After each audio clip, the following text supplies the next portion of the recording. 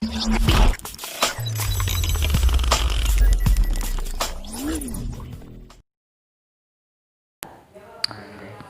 warahmatullahi wabarakatuh. Sahabat yang dirahmati oleh Allah Subhanahu wa taala, semoga kalian mendapatkan rahmat dan lindungan dari Allah Subhanahu wa taala. Amin Allahumma amin ya rabbal alamin. Oke, pada video kali ini Amang Arif ya akan membuat video. Bukan membuat ya, emang lagi buat video ini. Jadi di sini saya akan memberitahu yaitu penjelasan tentang bersenggama dan waktu rahasianya. Apa yang disebut senggama? Kalau dalam rumah tangga itu bersenggama itu, kalau kita pengantin baru itu malam pertamanya, itu adalah bersenggama. Kikuk kikuk kikuk.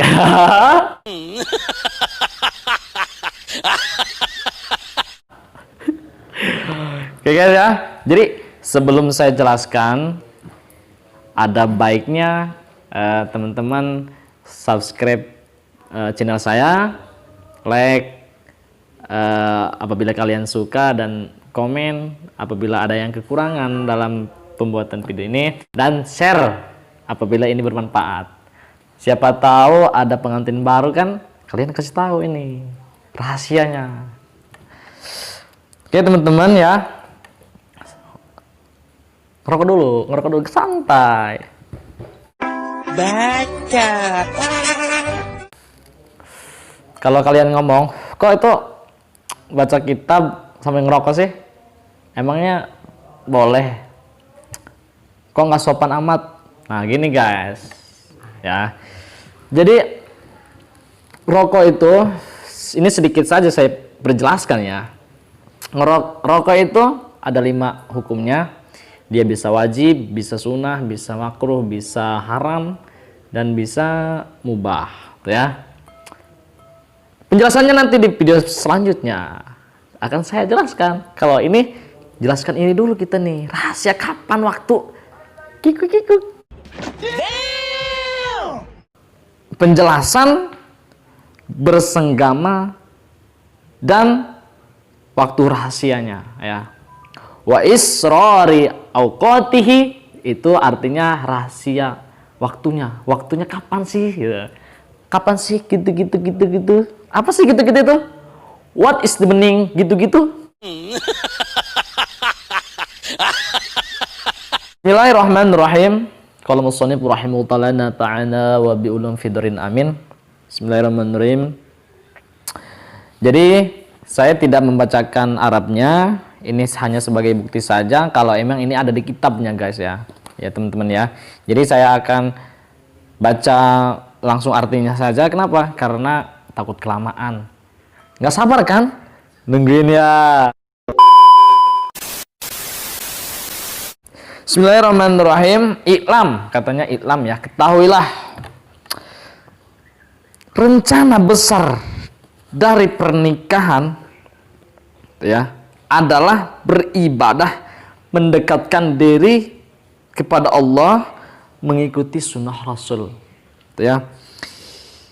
Begitu juga dapat menghasilkan anak dan keturunan. Ini adalah tujuan daripada nikah. Karena dengannya alam semesta ini bisa berlanjut dan teratur, sedangkan meninggalkan dan tidak memperdulikan sama halnya membiarkan alam semesta ini menjadi rusak dan sirna. Sudah jelas ya, kita tidak akan menuai kecuali terlebih dahulu dengan menyebarkan benih. Jadi kita tidak akan memanen kalau kita tidak menanam ya. Jadi kalau mau panen itu harus kita nanam dulu ya. Terus selanjutnya di bumi pada permulaannya kemudian merawat. Sudah kita menanam, kita rawat. Di situ kita akan memanen. Ngopi dulu. Animatun udud wal ngopi pi maca kitab. Apalagi kitab Quratul Uyun dan Fathul Ijar. Bikin melek.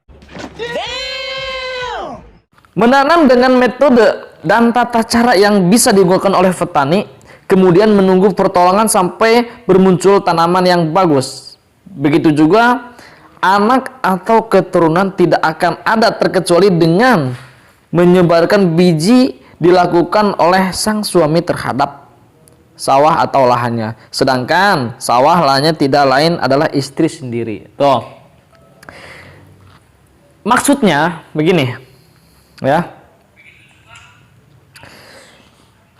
Kita menanam padi ya harus dengan metode, dengan cara tertentu, ya. Yaitu sampai benih itu bermunculan, terus kita pupuk supaya subur, supaya jadinya bagus. Nah, itu dengan cara-cara sendiri, dengan metode-metode yang kita punya.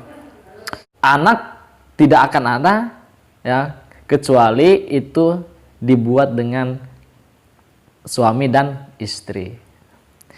Jadi harus segala sesuatu harus dibuat dulu. Nggak ujuk-ujuk itu tiba-tiba, nggak tiba-tiba ada ya. Harus kita bikin kue ya, kita dibikin dulu. Kita bikin sesuatu ya harus dibikin dulu. Begitu juga anak itu dibikin dulu ya. Kalian yang mau bikin anak, nikah dulu, tapi jangan langsung bikin anak, haram. Wala taqrabuz zina innahu kana fahisatan wa sa'a sabila. Tuh keluar hadisnya. Apa kata dalam kitab Fathul Ijar, yaitu dikatakan si petani harus menyerahkan benih kepada ladangnya, kepada sawahnya. Artinya si suami harus menanam benih kepada sang istri, ya. Allah berfirman, Bismillahirrahmanirrahim, nisa'ukum harsul fa'tu harsakum anna syi'tum wa qaddamu li anfusikum. Istri-istri kalian ibarat sawah atau ladang atau lahan, ya. Maka datangilah dengan sesuka hatimu, namun dahulukan yang bermanfaat untukmu. Jadi Allah mengatakan istri kita itu ladang, sawah ataupun lahan, ya. Terus datangilah istri apa kata Allah itu, datangilah istrimu dengan sesuka hatimu, ya. Kalau udah halal mah, kalau udah jadi istri mah ya terserah kita kan, mau kapan aja, mau di mana saja, tapi jangan di tempat umum, ya. Apa penjelasannya?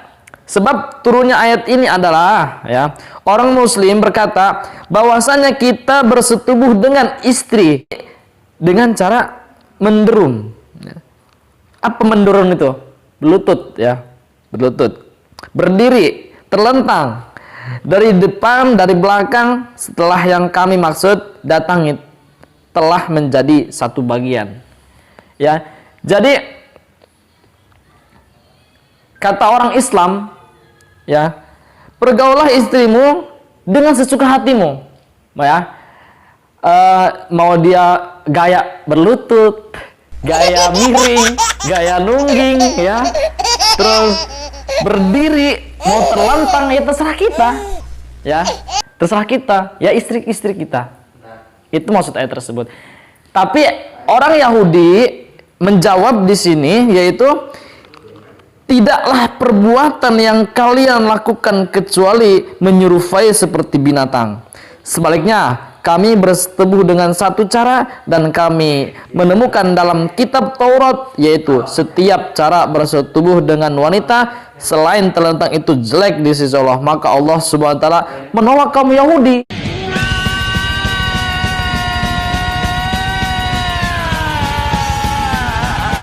Tuh, berarti apa artinya?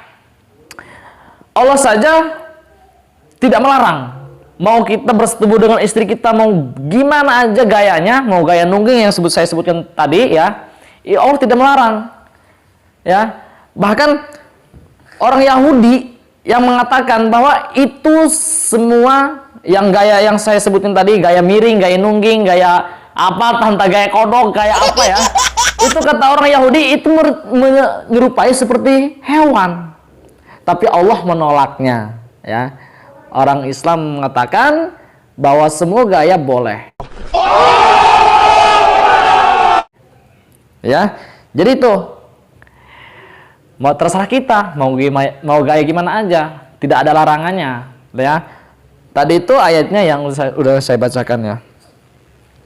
Dan dalam ayat ini sudah jelas diperbolehkan bersetubuh dengan segala cara dan dalam semua keadaan. Semisal berdiri, duduk, dan telentang dari arah mana saja, dari atas atau bawah, belakang ataupun depan, dan pada waktu kapan saja, malam atau siang hari, setelah persetubuhan menjadi satu bentuk.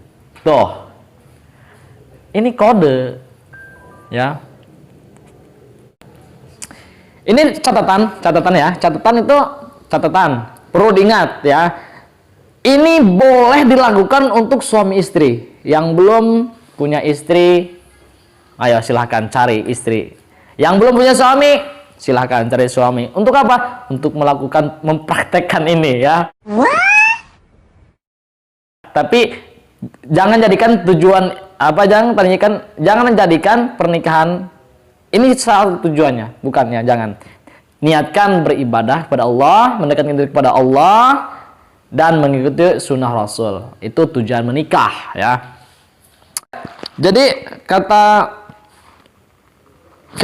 kitab Fathul Ijar, ya, bebas gaya apa aja yang mau kita lakukan ketika kita bersetubuh boleh. Waktunya kapan saja, mau siang, mau malam, mau sore ya. Tapi ingat, ini untuk yang sudah beristri atau yang bersuami. Bagi kalian yang belum menikah, jangan coba-coba. Ya, azab Allah sangatlah pedih. Wala taqrabuz zina, innahu kana fahsyatan wa sa'a sabila. Ingat itu, nggak boleh ya. Jadi dalam kitab Fathul Ijar ini boleh diperbolehkan gaya apa aja yang kita lakukan ketika kita bersetubuh, ya. Oke, mungkin itu saja yang dapat saya sampaikan dalam video ini, ya. Apabila ada pencerahan yang belum jelas, silahkan komen di bawah, ya. Dan jangan lupa like, subscribe. Oke, gimana ya? Jadi udah jelas ya. Waktu dan tata cara bersenggama itu seperti apa. Sebelum saya tutup video ini, kita ngopi dulu.